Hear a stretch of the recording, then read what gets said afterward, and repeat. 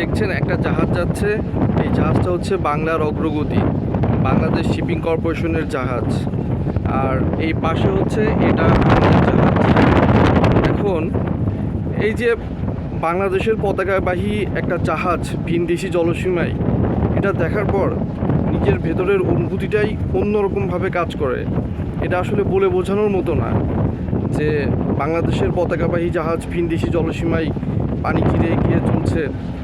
এই অনুভূতি আসলে নিজে থেকে উপলব্ধি না করলে কোনো দেশপ্রেমিকের পক্ষে এটা বোঝানো বা কাউকে ব্যাখ্যা করা সম্ভব না।